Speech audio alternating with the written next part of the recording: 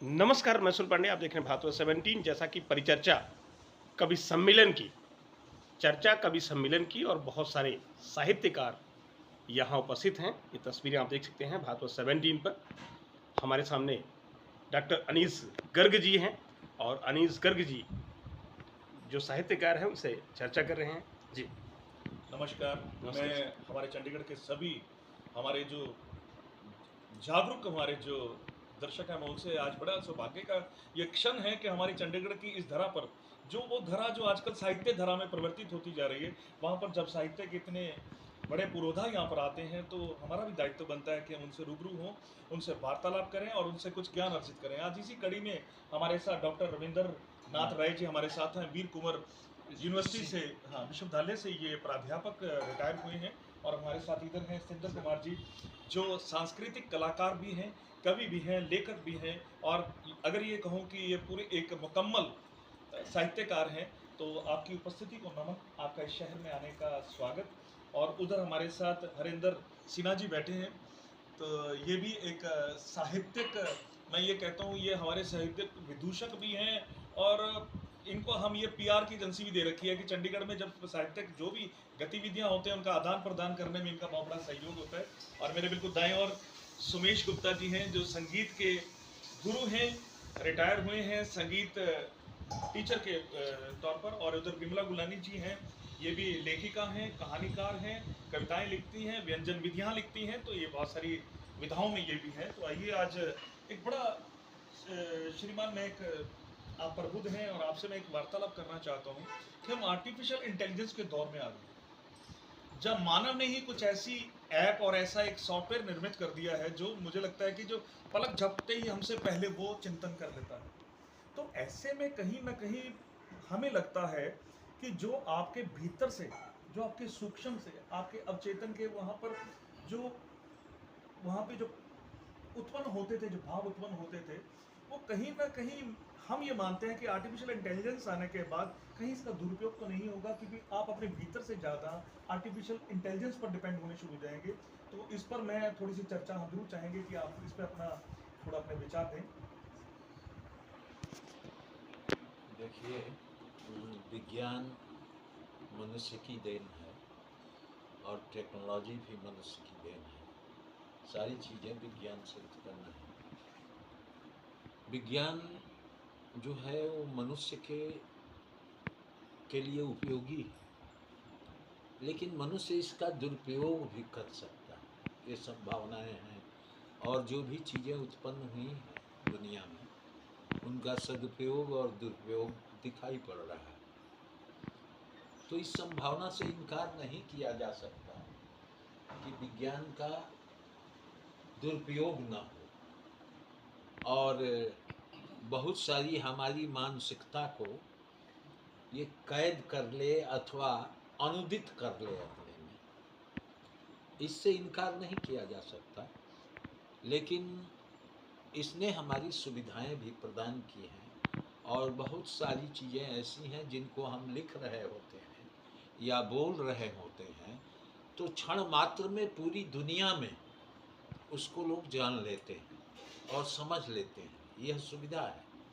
लेकिन आज cyber crime के नाम पर जो कुछ भी हो रहा है समाज में, वह मनुष्य के भीतर की जो शैतानी है उसके माध्यम से अभिव्यक्त हो रहा है। मनुष्य के भीतानियत है वह विज्ञान के लिए फायदे की, विज्ञान के द्वारा फायदे की चीज़ है। जैसे हमने चाकू बनाए तो चाकू से सब्जी सुधार लेते हैं, काट लेते हैं, लेकिन चाकू किसी की हत्या भी कर देता है। तो ये आप पर निर्भर करता है कि आप किस रूप में उसको देख रहे हैं और किस रूप में उसका प्रयोग कर रहे हैं। आए दिन जी जी जी। आए दिन ऐसा हो रहा है, आपने देखा होगा कि मोबाइल जो आया है आज आपके हाथ में, पूरी दुनिया आ गई है, पूरी दुनिया आपके मुट्ठी में है। लेकिन जब हम अपने जीवन को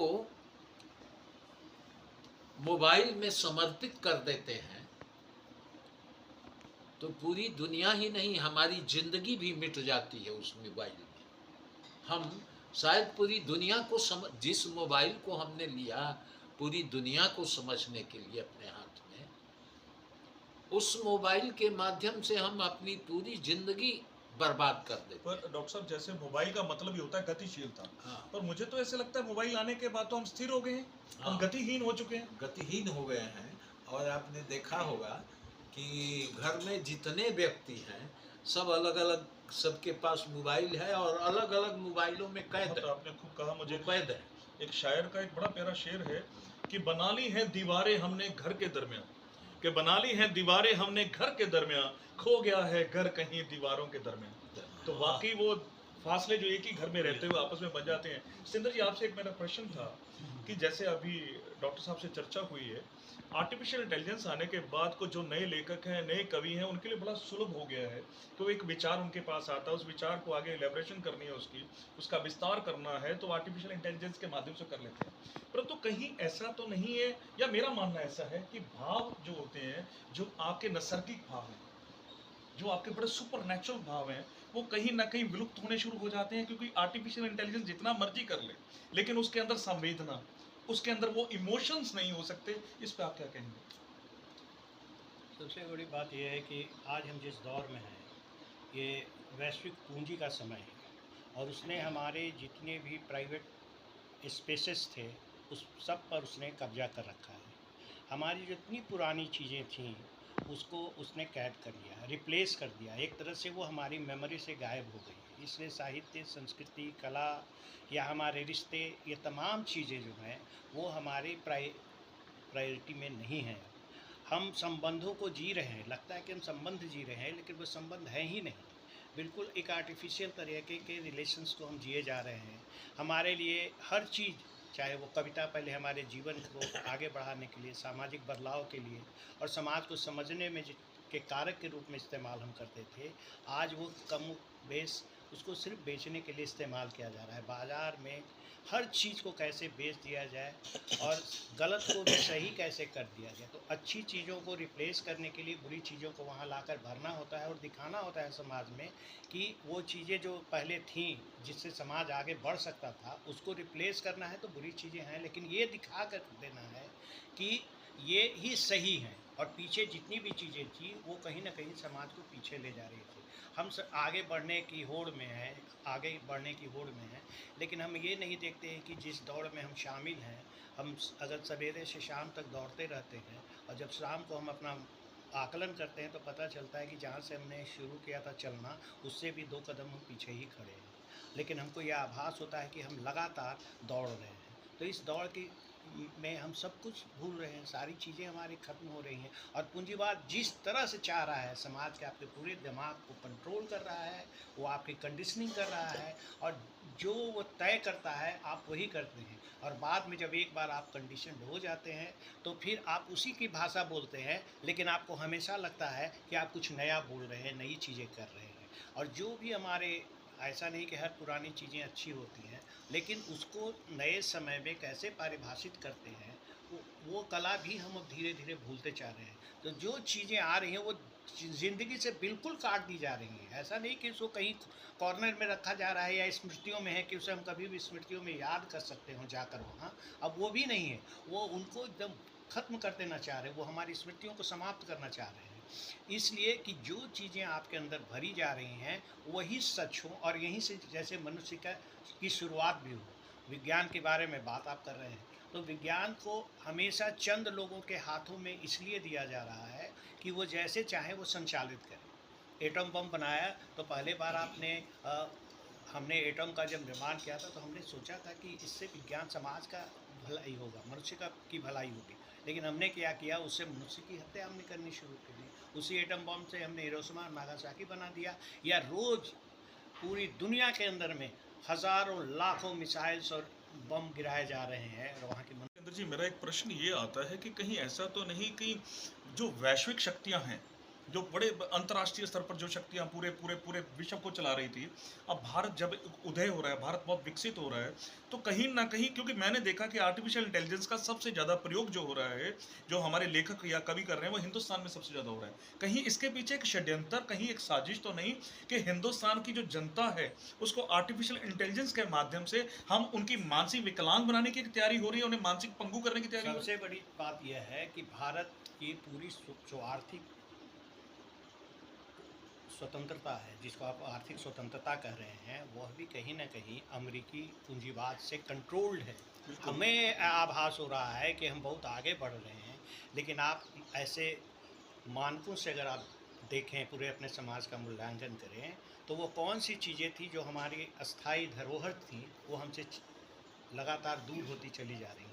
हम अपने को वैश्विक बनाते चले गए, लेकिन हम अपनी स्थानीयता भूलते चले गए। हम लोकल नहीं रह गए, ग्लोबल तो हो गए लेकिन लोकल नहीं रहे। और तमाम वो चीज़ें जिससे एक मनुष्य निर्मित होता है, वह आप ख़त्म करते चले गए। और बाहर जो अमेरिका, देखिए पूरी तरह से ये पूरी, आप उसको चाहे उसकी परिभाषा आप जो दें, लेकिन पूरी तरह से पूरे विश्व का अमेरिकीकरण कैसे हो, पूरी उस वैश्विक पूंजी का प्रचार प्रसार कैसे हो, यही इनके भीतर का सारा लॉजिक है।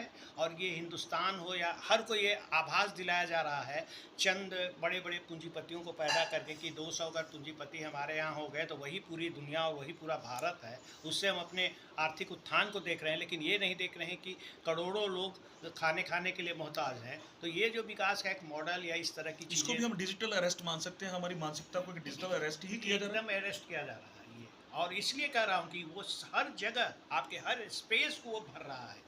और उस तरह से और हम ये समझ रहे हैं कि हम कहीं ना कहीं और ज़्यादा लिबरल हुए हैं और हम और ज़्यादा स्वतंत्र हुए और कुछ नई चीज़ हासिल कर रहे हैं, लेकिन आप नई चीज़ कहीं हासिल नहीं करें। आप गहराई से उन चीज़ों का अगर मूल्यांकन करें, आज देख लीजिए आज स्थिति क्या है।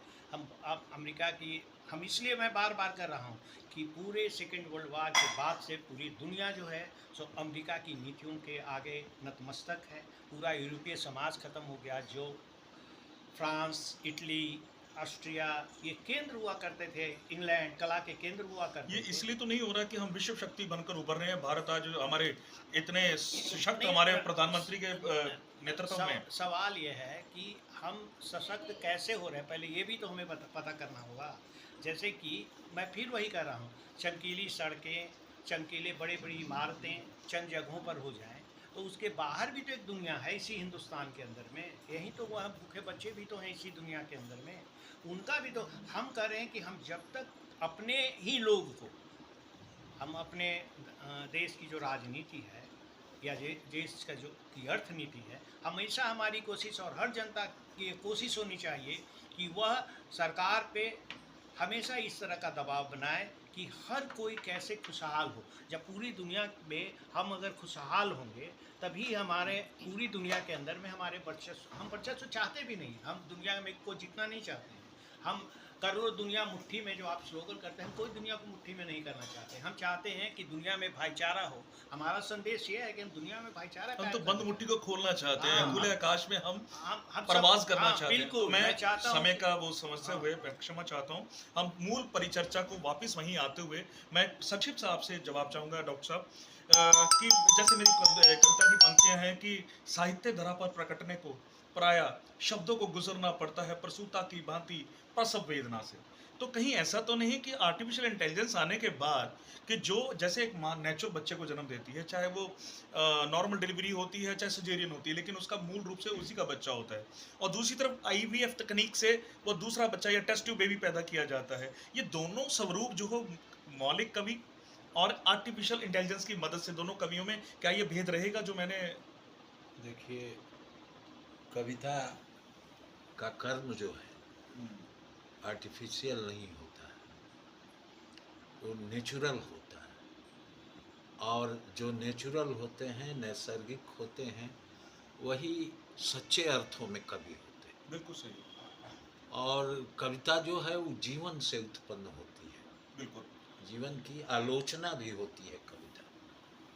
तो ऐसा नहीं है कि दिखावटी और बनावटी जीवन से आप सच्ची कविता लिख लें, अथवा कोई मशीन कविता लिख दे।